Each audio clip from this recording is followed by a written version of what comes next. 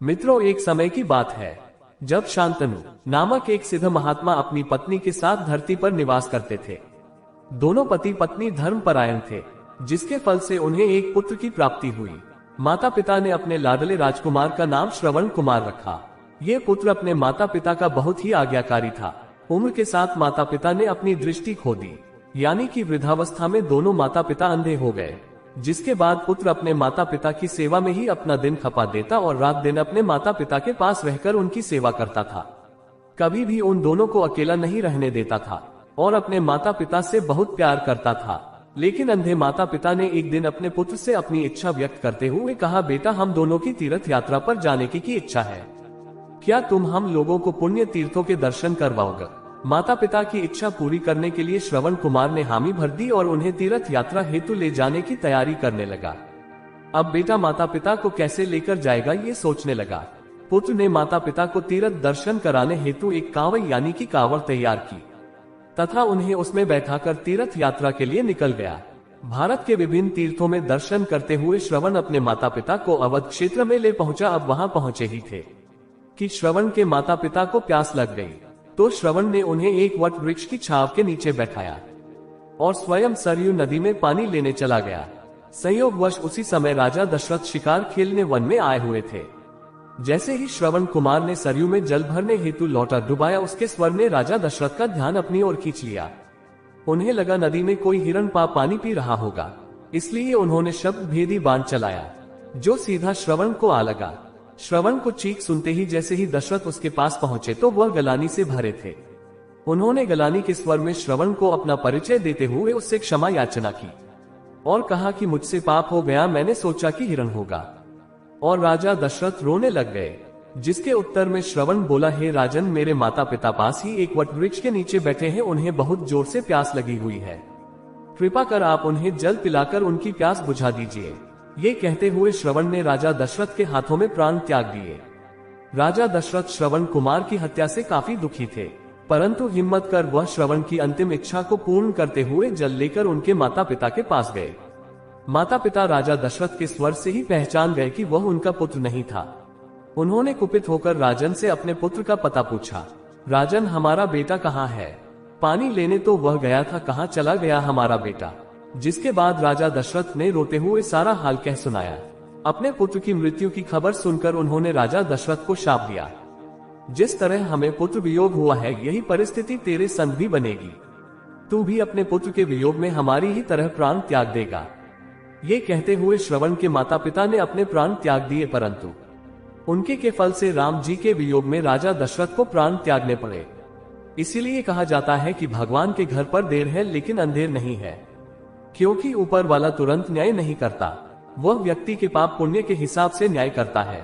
अगर आपके पाप ज्यादा है तो पुण्य करने पर भी आपके साथ बुरा हो सकता है, लेकिन इसका मतलब यह नहीं है कि आपने जो पुण्य किया है उसका आपको कभी फल नहीं मिलेगा। फल तो जरूर मिलेगा, ईश्वरीय विधान से मिलेगा, जिसे हम तो क्या आज तक कोई महान महापुरुष भी नहीं समझ पाते, क्योंकि वह भी कर्म के फेर में फंस कर रह जाते हैं। मित्रों, सुख दुख का कारण मनुष्य के कर्म ही है, ग्रह नहीं। मनुष्य जैसा काम करता है वैसा ही फल पाता है। ऐसा काम जिससे किसी का भला हुआ हो, उसके बदले में ईश्वर की व्यवस्था से सुख प्राप्त होता है, और ऐसा काम जिससे किसी का बुरा हुआ हो, उसके बदले में मनुष्य को दुख मिलता है। ईश्वर पूर्ण रूप से न्यायकारी है, वह किसी की सिफारिश नहीं मानता, वह रिश्वत नहीं लेता, उसका कोई एजेंट या पैगंबर या अवतार नहीं है। अच्छे और बुरे दोनों प्रकार के कामों का फल अलग अलग भोगना होता है, वे एक दूसरे को काटकर बराबर नहीं करते। अच्छे और बुरे दोनों प्रकार के कामों का अलग अलग हिसाब रहता है। ऐसा नहीं है कि एक अच्छा काम कर दिया और एक उतना ही बुरा काम कर दिया और वे बराबर होकर कट गए और हमें कोई फल ना मिले। दोनों का अलग अलग फल भोगना होता है। अच्छे और बुरे कामों के फल स्वरूप सुख और दुख साथ साथ भी चल सकते हैं। कुछ अच्छे कामों का फल हम भोग रहे हैं, साथ ही कुछ बुरे कार्यों का फल भी भोग रहे हैं। मनुष्य जन्म में किए कामों के अनुसार ही आगे का जन्म मिलता है। अगर बुरे काम की बजाय अच्छे काम ज्यादा हो तो अगला जन्म मनुष्य का ही मिलता है। अगर बुरे काम ज्यादा हो तो अगला जन्म कामों के अनुसार पशु पक्षी आदि कुछ भी हो सकता है। ये बात सही है कि 84 लाख योनियों में से होकर ही मनुष्य जन्म फिर से मिलता है। हमारे सामने ऐसे बहुत से उदाहरण हैं।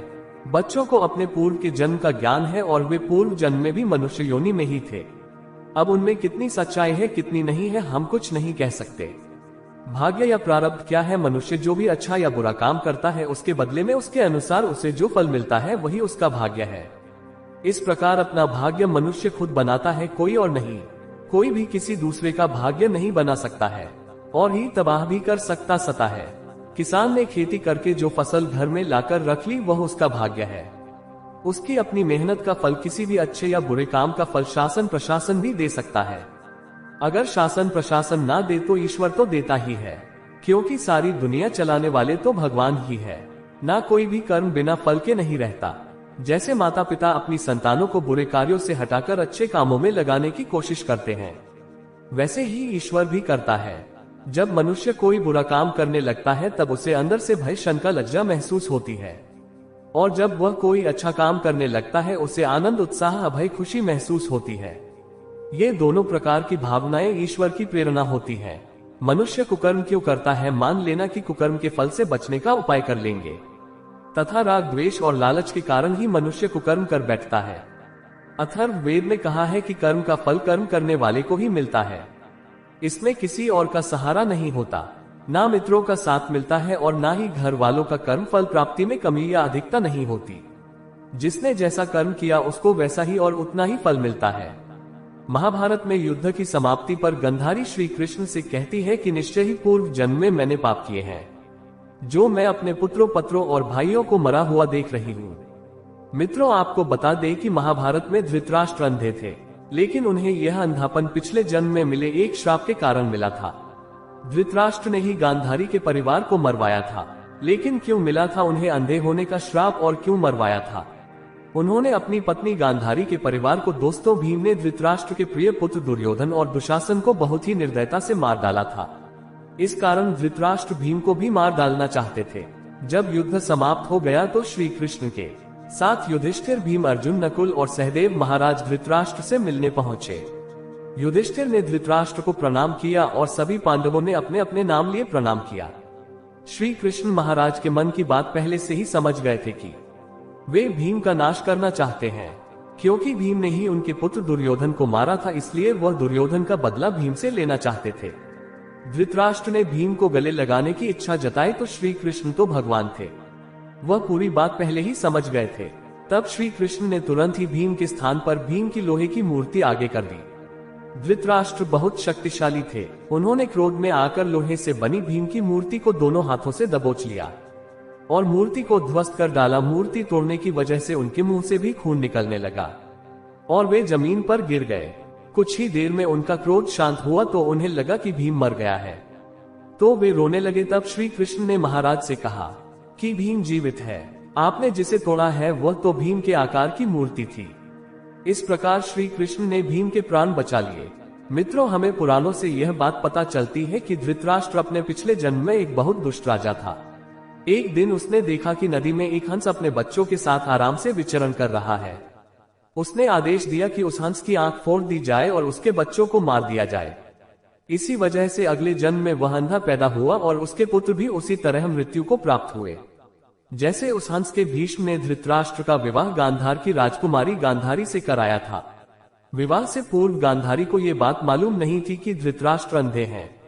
जब गांधारी को ये बात मालूम हुई तो उसने भी अपनी आंखों पर पट्टी बांध ली। अब पति और पत्नी दोनों अंधे के समान हो गए थे। धृतराष्ट्र और गांधारी के 100 पुत्र और एक पुत्री थी। दुर्योधन के प्रति धृतराष्ट्र को अत्यधिक मोह था। इसी मोह के कारण दुर्योधन के गलत कार्यों पर भी वे मौन रहे। दुर्योधन की गलत इच्छाओं को पूरा करने के लिए भी हमेशा तैयार रहते थे। यही मोह पूरे वंश के नाश का कारण बना। धृतराष्ट्र का विवाह गांधार देश की गांधारी के साथ हुआ था। गांधारी की कुंडली में दोष होने की वजह से एक साधु के कहे अनुसार उसका विवाह पहले एक बकरे के साथ किया गया था, बाद में उस बकरे की बलि दे दी गई थी। ये बात गांधारी के विवाह के समय छुपाई गई थी। जब धृतराष्ट्र को इस बात का पता चला तो उसने गांधार, नरेश, सुबाला और उसके 100 पुत्रों को कारावास में डाल दिया और काफी यातनाएं दी। एक एक करके सुबाला के सभी पुत्र मरने लगे। उन्हें खाने के लिए सिर्फ मुट्ठी भर चावल दिए जाते थे। सुबाला ने अपने सबसे छोटे बेटे शकुनी को प्रतिशोध के लिए तैयार किया। सब लोग अपने हिस्से के चावल शकुनी को देते थे ताकि वह जीवित रहे। हकर कौरवों का नाश कर सके मृत्यु से पहले सुबाला ने धृतराष्ट्र से शकुनी को आजाद करने की विनती की, जो धृतराष्ट्र ने मान ली। सुबाला ने शकुनी को अपनी हटी के पासे बनाने के लिए कहा, वही पासे कौरव वंश के नाश का कारण बने। शकुनी ने हस्तिनापुर में सबका विश्वास जीता और 100 कौरवों का अभिभावक बना। उसने न केवल दुर्योधन को युधिष्ठिर के खिलाफ किया बल्कि महाभारत के युद्ध का आधार भी बनाया। युद्ध के बाद धृतराष्ट्र और गांध पांडवों के साथ एक ही महल रहने लगे थे। भीम अक्सर धृतराष्ट्र से ऐसी बातें करते थे जो कि उन्हें पसंद नहीं थी। भीम के ऐसे व्यवहार से धृतराष्ट्र बहुत दुखी रहने लगे थे। वे धीरे धीरे 2 दिन या 4 दिन में एक बार भोजन करने लगे।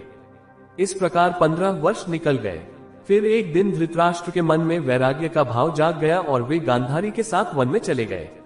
महाभारत में ही शांति पर्व में कहा गया है, जैसे गाय का बच्चा हजारों गाय के बीच में अपनी माँ के पास ही जाता है, ऐसे ही कर्म फल कर्म करने वाले के पास ही जाता है।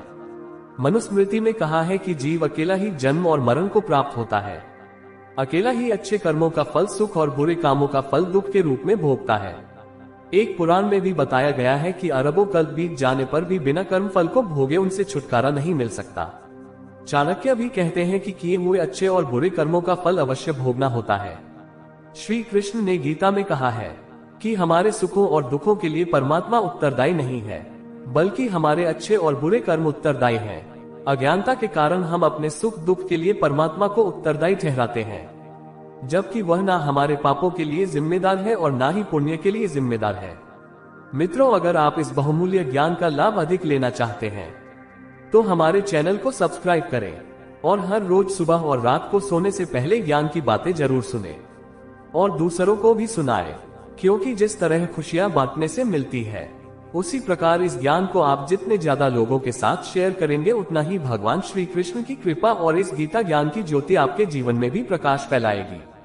मित्रों, वाल्मीकि ने रामायण के युद्ध कांड में कहा है कि रावण के मारे जाने के बाद जब हनुमान लंका में सीता को राम की विजय का समाचार सुनाने गए, तब सीता ने हनुमान से कहा, मैंने ये सब दुख पूर्व जन्म में किए हुए कामों के कारण ही पाया है, क्योंकि अपना किया हुआ ही भोगा जाता है। वाल्मीकि रामायण के अरण्य कांड में कहा है कि सीता हरण के पश्चात श्री राम सीता के वियोग में विलाप करते हुए कहते हैं, हे लक्ष्मण, मैं समझता हूँ इस सारी भूमि पर मेरे समान बुरे काम करने वाला पापी पुरुष और कोई नहीं है, क्योंकि एक के पश्चात एक दुखों की परंपरा मेरे हृदय और मन को चीर रही है। पूर्व जन्म में निश्चय ही मैंने एक के पश्चात एक बहुत से पाप किए हैं, उन्हीं पापों का फल आज मुझे मिल रहा है। राज्य हाथ से छिन गया, अपने लोगों से वियोग हो गया, पिताजी परलोक से धार गए, माताजी से अलग हो गया। इन घटनाओं को याद करके मेरा हृदय शोक से भर जाता है। हे लक्ष्मण, ये सारे दुख इस रमणीय वन में आने पर शांत हो गए थे, परंतु आज सीता के वियोग से वे सभी भूले हुए दुख उसी प्रकार फिर से ताजा हो गए हैं। जैसे लाठी डालने से आग जल उठती है, पाप कर होने पर उस पर पश्चाताप करके मनुष्य उस पाप भावना से छूट जाता है। मित्रों, ये बात तो आप सबको पता ही होगी कि रामायण की सबसे मोटी घटना है भगवान श्री राम का देवी सीता और लक्ष्मण के साथ वनवास जाना। रामायण की कथा के अनुसार कैकेयी की जिद की वजह से भगवान राम को वन जाना था, लेकिन यह मात्र एक दृश्य घटना है। श्री राम के वन गमन के पीछे कई दूसरे कारण भी थे, जिन्हें वही व्यक्ति समझ सकता है जिन्होंने रामायण को सुना और समझा हो। कैकेयी ने हमेशा राम को अपने पुत्र भरत के समान ही प्रेम किया। कभी भी कैकेयी ने राम के साथ कोई भेदभाव नहीं किया। यही वजह थी कि जब राम के वन जाने की वजह का पता भरत को चला तो वह हैरान हुए थे कि माता कैकेयी ऐसा कैसे कर सकती है, और सच भी यही था कि कैकेयी ने ये जानबूझकर नहीं किया था, इनसे ये काम देवताओं ने करवाया था। ये बात रामचरितमानस के इस दोहे से स्पष्ट होता है, विपत्ति हमारी बिलो की बड़ी मातु कर्या सोई, आज रामू जाही बन राजू तजी होई सकल सुर काजू। भगवान राम का जन्म रावण वध करने के उद्देश्य से हुआ था। अगर राम राजा बन जाते तो देवी सीता का हरण और इसके बाद रावण वध का उद्देश्य अधूरा रह जाता। इसलिए देवताओं के अनुरोध पर देवी सरस्वती कैकेयी की दासी मंत्रा की मति फेर देती है। मंत्रा आकर कैकेयी का कान भरना शुरू कर देती है कि राम अगर राजा बन गए तो कौशल्या का प्रभाव ज्यादा जाएगा, इसलिए भरत को राजा बनवाने के लिए तुम्हें हट करना चाहिए। मंत्रा की जुबान से देवी सरस्वती बोल रही थी, इसलिए मंत्रा की बातें कैकेयी की मति को फेरने के लिए काफी थी। कैकेयी ने खुद को कोप भवन में बंद कर लिया। राजा दशरथ जब कैकेयी को मनाने पहुंचे तो कैकेयी ने भरत को राजा और राम को 14 वर्ष का वनवास का वचन मान लिया। इस तरह भगवान राम को वनवास जाना पड़ा। इसके अलावा जो कारण है उसका संबंध एक शाप से है। नारद मुनि के मन में एक सुंदर कन्या को देखकर विवाह की इच्छा जगी। नारद मुनि नारायण के पास पहुंचे और हरि जैसी छवि मांगी। हरि का मतलब विष्णु भी होता है। वानर भी भगवान ने नारद को वानर मुख दे दिया। इस कारण से नारद मुनि का विवाह नहीं हो पाया। क्रोधित होकर नारद मुनि ने भगवान विष्णु को शाप दे दिया कि आपको देवी लक्ष्मी का वियोग सहना होगा और वानर की सहायता से ही आपका वापस मिलन होगा। इस शाप के कारण राम सीता का वियोग होना था, इसलिए भी राम को वनवास जाना पड़ा। पांचवा और सबसे मोटा कारण स्वयं भगवान श्री राम है। तुलसीदास जी ने रामचरितमानस में लिखा है, हो ही सोई जो राम रची रखा। यानी भगवान राम की इच्छा के बिना कुछ भी नहीं होता। भगवान राम स्वयं ही अपनी लीला को पूरा करने के लिए वन जाना चाहते थे, क्योंकि वन में उन्हें हनुमान से मिलना था, सबरी का उद्धार करना था, धरती पर धर्म और मर्यादा की सीख देनी थी। इसलिए जन्म से पहले ही राम ये तय कर चुके थे कि उन्हें वन जाना है और पृथ्वी से पाप का भार कम करना है। तो इस प्रकार भगवान ने समझाया था कि कर्म का फल भगवान होकर भी उन्हें भी भोगना पड़ा था। मित्रों, अपने किए हुए कर्म के फल से बचने का शास्त्रों में कहीं कोई उपाय नहीं बताया। पाप का फल अवश्य मिलेगा, ये सोचकर मनुष्य को कर्म करने से नहीं बचना चाहिए। लोग पूछते हैं कि कुकर्म से बचने के उपाय क्या है। अपने आप को ईश्वर के साथ होने से मनुष्य पाप कर्म से बच सकता है। ये जानकर कि ईश्वर हर समय मेरे साथ है, मेरे सभी कामों को देखता है तथा उसके अनुसार मुझे फल भी देता है, तभी मनुष्य दुष्कर्म से बच सकता है। महाभारत में मैं कहा है कि धर्म का सर्वस्व जानना चाहते हो तो सुनो। दूसरों का जो व्यवहार आपको अपने विरुद्ध लगता है, अर्थात दूसरों का जो व्यवहार आपको पसंद नहीं आता, वैसा व्यवहार आप दूसरों के साथ मत करो। जैसे अग्नि अपने पास आए लाठी को जला देती है, ऐसे ही वेद का ज्ञान मनुष्य में पाप की भावना को जला देता है। अर्थात वेद के स्वाध्याय से मनुष्य में पाप कर्म करने की भावना समाप्त हो जाती है। यजुर्वेद में बताया है कि जो मनुष्य अपनी आत्मा का हनन करते हैं, अर्थात मन में कुछ और बोलते कुछ और करते कुछ और है, वैसे मनुष्य असुर दैत्य राक्षस पिशाच समान है। वे कभी भी आनंद को प्राप्त नहीं करते। जो आत्मा मन वाणी और कर्म से कपट रहित एक आचरण करते हैं वही देवता है। वैसा मनुष्य लोक और परलोक में सुख भोगते हैं। सत्य की ही जीत होती है, झूठ की नहीं। सत्य पर चलकर ही मनुष्य देवता बनता है। लोग सत्य पर चलकर ही परमात्मा को पाकर आनंद प्राप्त करते हैं। ईश्वर की न्याय व्यवस्था में जो किसी का जितना भला करेगा उसको उतना ही सुख मिलेगा और जितना किसी का बुरा करेगा उतना ही उससे दुख मिलेगा। इस प्रकार सत्य और पक्षपात रहित न्याय का आचरण तथा परोपकार के कार्य ही सुख रूप फल देने वाले हैं। क्रिया की प्रतिक्रिया का नियम शाश्वत है, इसे सर्वत्र देखा और अनुभव किया जा सकता है। क्रियाओं के जैसे बीज होंगे वैसे ही फल परिणाम के रूप में सामने आएंगे। गेहूं का बीज गलक अपने अदृश्य असंख्य बीज पैदा करता है।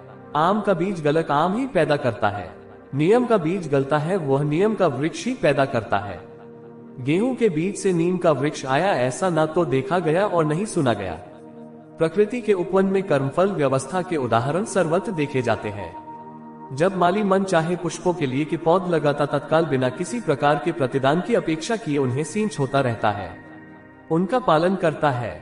किसान भी इसी प्रकार के मनोयोग धैर्य का परिचय देता है।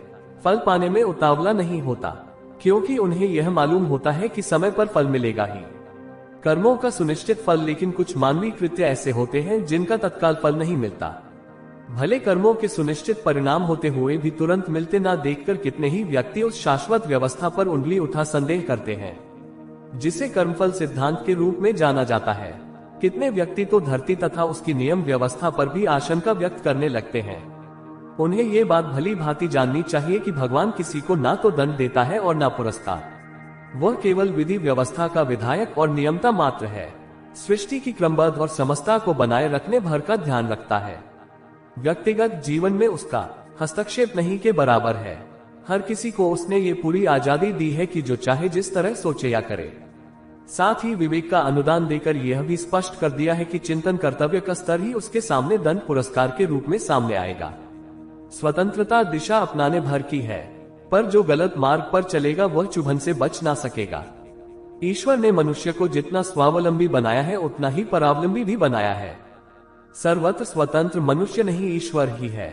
ईश्वर इसलिए स्वतंत्र है कि उसने नियम व्यवस्था बनाई है और उसने सर्वप्रथम अपने को बांधा है। जहां विश्व का कण कण किसी विधान से बंधा है, उसी प्रकार ईश्वर भी मर्यादा पुरुषोत्तम है। मर्यादा टूटने ना पाए उन्हें खराब करने का कोई दुस्साहस ना करे।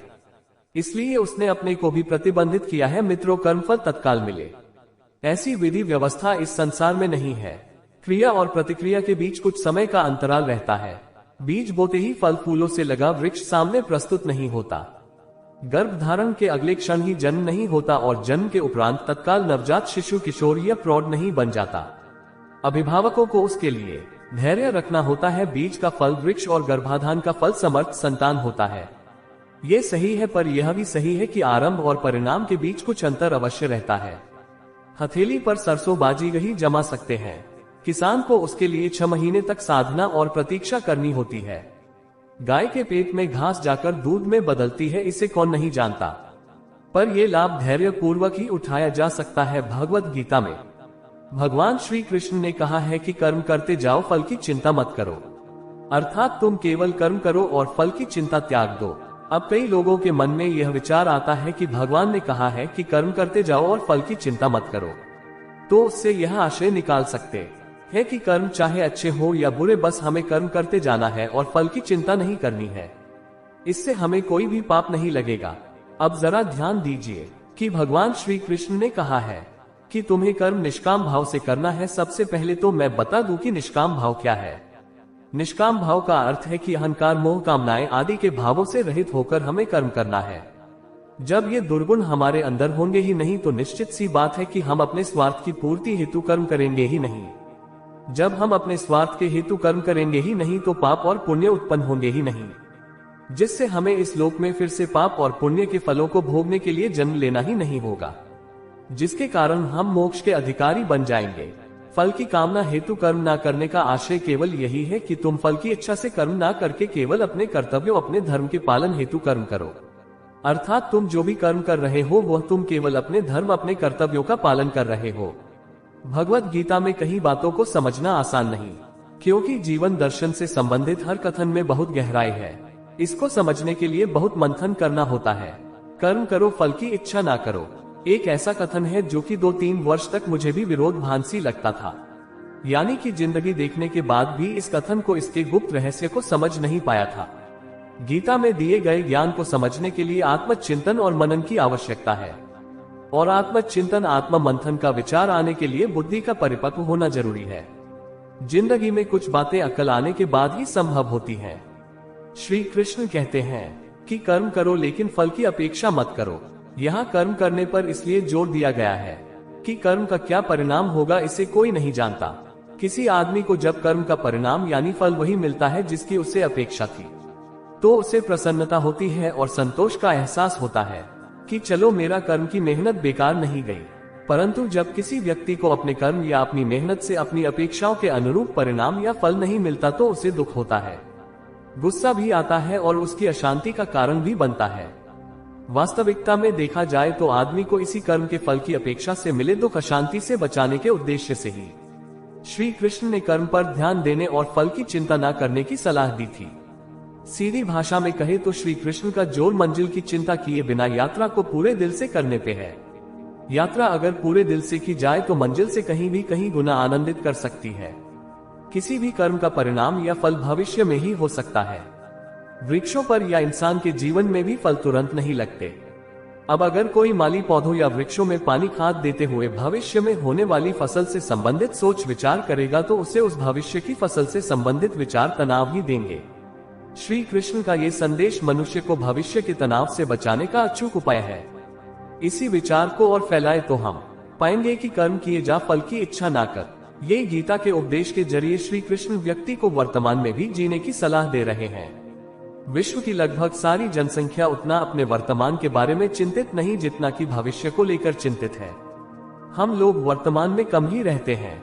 अगर कोई हमें मिलने हमारे वर्तमान में आए तो वर्तमान के पते पर कम ही मिलते हैं। हम अक्सर या तो अपने भूतकाल में विश्लेषण करते पाए जाते हैं या फिर भविष्य की योजनाएं बनाते मिलेंगे।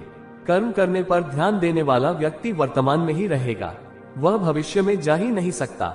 और इसी बात के निष्कर्ष का दूसरा सिरा ये भी है कि फल की चिंता करने वाला शख्स ज्यादातर भविष्य में ही रहता है। फल के बारे में सोच विचार करने वाले लोग वर्तमान में नहीं रह सकते। मित्रों, पुराणों में वर्णित है कि धार्मिक मान्यताओं के अनुसार कंस को हर जन्म में भगवान विष्णु के द्वारा मारे जाने का श्राप मिला था। द्वापर युग में कंस ने हिरण्याक्ष के घर पर उसके बेटे के रूप में जन्म लिया था। इसका नाम कालनेमी था। असुर कालनेमी के 6 बेटे और एक बेटी हुई। बेटी का नाम वृंदा था। वृंदा का विवाह जलंधर राक्षस से हुआ था, जिसका बाद में भगवान विष्णु ने वर्ण किया और वह तुलसी वृंदावन कहलाई। कालनेमी बहुत दुष्ट था। स्कंद पुराण की एक कथा के अनुसार उसने दैत्यों की सेना के साथ देवताओं पर आक्रमण कर दिया था, ताकि वह अमृत कलश को देवताओं से छीन सके। इस पर क्रोधित होकर भगवान विष्णु ने उसका अंत कर दिया।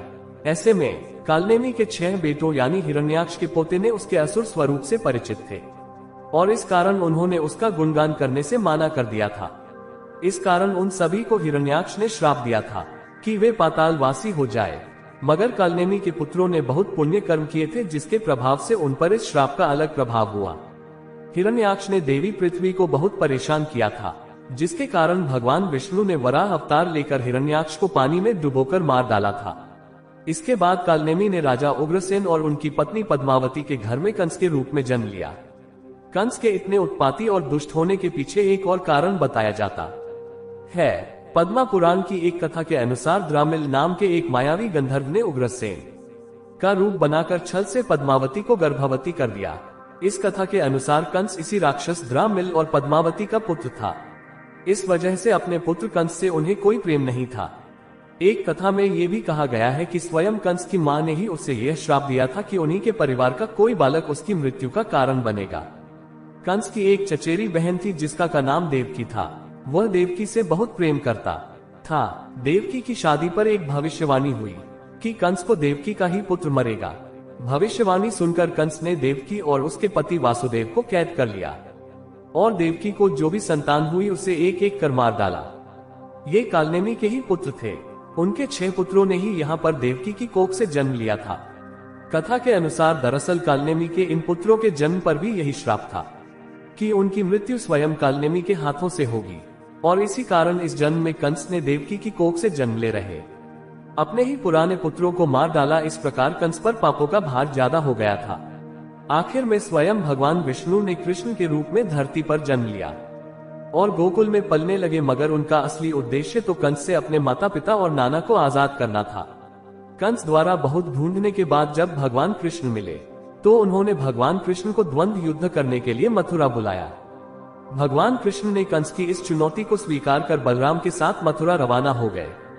भगवान कृष्ण को मरवाने के लिए कंस ने उनके रास्ते में एक पागल हाथी भेज दिया था, लेकिन कृष्ण ने उस हाथी को हरा दिया और मथुरा पहुंचे। इसके बाद कंस ने उन्हें अपने 2 सबसे अच्छे पहलवान मुस्तिका और दूर को हरा कर दिखाने को कहा। तब दोनों भाई कृष्ण और बलराम ने इन्हें भी हरा दिया। इसके बाद भगवान कृष्ण ने कसे उनकी तलवार छीनकर उनका सर कलम कर दिया तथा अपने प्रियजनों को कारागार से मुक्त कराया। इस प्रकार कंस को भी भगवान विष्णु के हाथों से मरने का मौका मिला, जिसके कारण उसके इस जन्म के भी सभी पाप धुल गए। तो इस तरह दोस्तों, कभी भी हमारा पीछा नहीं छोड़ते, चाहे अच्छे हो या बुरे। अगर आप हर काम को एक संपन्न की तरह करते हैं तो फिर आपके कर्म बंधन धीरे धीरे खुलने शुरू हो जाते हैं। जब तक आप कुछ भी ना करने की स्थिति तक नहीं पहुंच जाते, तब तक आप चाहे जो कुछ भी करें उसे अपने भीतर एक समर्पण या भेंट के तौर पर करें। अर्पण की भीतरी स्थिति में आपको कृपा मिलनी शुरू हो जाएगी। अच्छे कर्म से अभिप्राय है पुण्य से सुख की प्राप्ति होती है, वहीं बुरे कर्म से अभिप्राय है पाप से दुख की प्राप्ति होती है। कौन ऐसा व्यक्ति है जो मोक्ष नहीं चाहता? कौन ऐसा व्यक्ति है जिसे सुख नहीं पसंद है? मनुष्य अच्छे कर्म करता है, उसका 3 कारण हो सकता है: सुख प्राप्ति के लिए, मोक्ष के लिए, या फिर पाप काटने के लिए। वास्तव में पाप काटने के लिए बहुत कम लोग ही अच्छे कर्म करते हैं, पर जो लोग ऐसा करते हैं मेरे समझ से वे अल्पज्ञ है, क्योंकि पाप को अच्छे कर्मों से काटा नहीं जा सकता है, बल्कि अच्छे कर्म से पाप को करने से बचा जा सकता है। यदि एक बार पाप हो गया तो उसका परिणाम भुगतना ही होगा। कुछ लोग को तो ये पता भी नहीं चल पाता कि वे पाप कर रहे हैं, जबकि वास्तव में वे पाप ही कर रहे होते हैं। ऐसे में वे भी पाप के कहर से नहीं बच पाते, और कठिन स्थिति में कुछ लोग ईश्वर को दोषी ठहराते हैं, पर इसमें ईश्वर का क्या कसूर? हम तो उसके बच्चे हैं। कोई पिता ये नहीं चाहता कि उसका बेटा दुखी रहे, इसी तरह ईश्वर भी नहीं चाहते। इस स्थिति में ईश्वर केवल लाचार निगाहों से देखता रहता है। जैसे किसी मृग शावक के शेर के चंगुल में फंस जाने पर उसकी माँ देखती रहती है और चाहकर भी कुछ नहीं कर पाती। दोस्तों, आपके मन में यह सवाल जरूर आता होगा कि क्या अच्छे कर्म करके बुरे कर्मों का असर खत्म किया जा सकता है। मित्रों, जब श्री कृष्ण महाभारत के युद्ध पश्चात लौटे तो गुस्से में भरी रुक्मिणी ने उनसे पूछा, बाकी सब तो ठीक था, किंतु आपने द्रोणाचार्य और भीष्म पितामह जैसे धर्मपरायण लोगों के वध में क्यों साथ दिया? तब श्री कृष्ण ने उत्तर दिया, ये सही है कि उन दोनों ने जीवन पर्यंत धर्म का पालन किया, किंतु उनके किए एक पाप ने उनके सारे पुण्यम को हर लिया। तब रुक्मिणी ने भगवान श्री कृष्ण से पूछा, वह कौन से पाप थे? श्री कृष्ण ने रुक्मिणी से कहा, जब भरी सभा में द्रौपदी का चीरहरण हो रहा था तब ये दोनों भी वहां उपस्थित थे और ये दुशासन को आज्ञा भी दे सकते थे, उसे ऐसा करने से मना कर सकते थे, किंतु इन्होंने ऐसा नहीं किया। उनका इस एक पाप से बाकी धर्मनिष्ठ छोटी रह गई। रुक्मिणी ने भगवान से पूछा, और कर्ण, वह अपनी दानवीरता के लिए प्रसिद्ध था, कोई उसके द्वार से खाली हाथ नहीं गया, उसकी क्या गलती थी? श्री कृष्ण ने कहा, वस्तुतः वह अपनी दानवीरता के लिए विख्यात था और उसने कभी किसी को ना नहीं कहा, किंतु जब अभिमन्यु सभी युद्ध वीरों को धूल चटाने के बाद युद्ध क्षेत्र में आहत हुआ, भूमि पर गिरा हुआ था, तो उसने कर्ण से जो उसके पास था पानी मांगा। कर्ण जहां था उसके पास पानी का एक गड्ढा था, किंतु कर्ण ने मरते हुए अभिमन्यु को पानी नहीं दिया, इसलिए उसका जीवन भर दानवीरता से कमाया हुआ पुण्य नष्ट हो गया। बाद में उसी गड्ढे में उसके रथ का पहिया फंस गया और वह मारा गया। अक्सर ऐसा होता है कि हमारे आसपास कुछ गलत हो रहा होता है और हम कुछ नहीं करते। हम सोचते हैं कि इस पाप के भागी हम नहीं है, किंतु मदद करने की स्थिति में होते हुए भी कुछ ना करने से हम उस पाप के उतने ही हिस्सेदार हो जाते हैं। किसी स्त्री, बुजुर्ग, निर्दोष, कमजोर या ब पर अत्याचार होते देखना और कुछ ना करना हमें पाप का भागी बनाता है। रास्ते पर दुर्घटना में घायल हुए व्यक्ति को लोग नहीं उठाते हैं, क्योंकि वह समझते हैं कि वह पुलिस के चक्कर में फंस जाएंगे। इससे आपके अधर्म का एक क्षण सारे जीवन के कमाए धर्म को नष्ट कर सकता है। महाभारत के युद्ध के पश्चात श्री कृष्ण भीष्म पितामह से मिलने पहुंचे तो भीष्म ने कृष्ण से पूछा कि केशव, मुझे इतना दर्द क्यों हो रहा है? तब कृष्ण कुछ देर बाद बताते हैं कि पितामह, आप एक जन्म में राजा थे, आप कहीं जा रहे थे, रास्ते में एक सांप था, आपने उसे मरा समझकर अपने तीर से उठाकर फेंक दिया। वह नुकीले कांटों में जा गिरा, उसके कांटे उसके शरीर को बुरी तरह चुभ रहा था, उसने खूब बददुआ दी थी, उसी का फल आपको मिल रहा है। जो कांटों का दर्द उसे हो रहा है, वही दर्द आपको तीरों की सया के नुकीले बाण चुभ रहा है, वही एहसास आपको हो रहा है। इसी तरह से अगर कोई पुण्य काम किसी जन्म में किया गया और वही पुण्य काम इस जन्म में भी कोई कर रहा हो तो उसका फल दुगुना हो जाता है। पिछले जन्म के और कई जन्मों के फल भोगने के लिए ही प्रारब्ध कर्म बनता है। तो दोस्तों, जिंदगी ज्यादा लंबी चौड़ी नहीं है, बस 4 दिन की है। इसमें रहो तो ऐसे रहो कि हर कर्म अच्छे ही करो, बुरे कर्म बिल्कुल भी मत करो। और अगर आपको हमारा वीडियो पूरी तरीके से समझ में आया होगा, ऐसे ही वीडियो और पाने के लिए हमारे चैनल को सब्सक्राइब करें और वीडियो को लाइक करें, साथ ही कमेंट में जय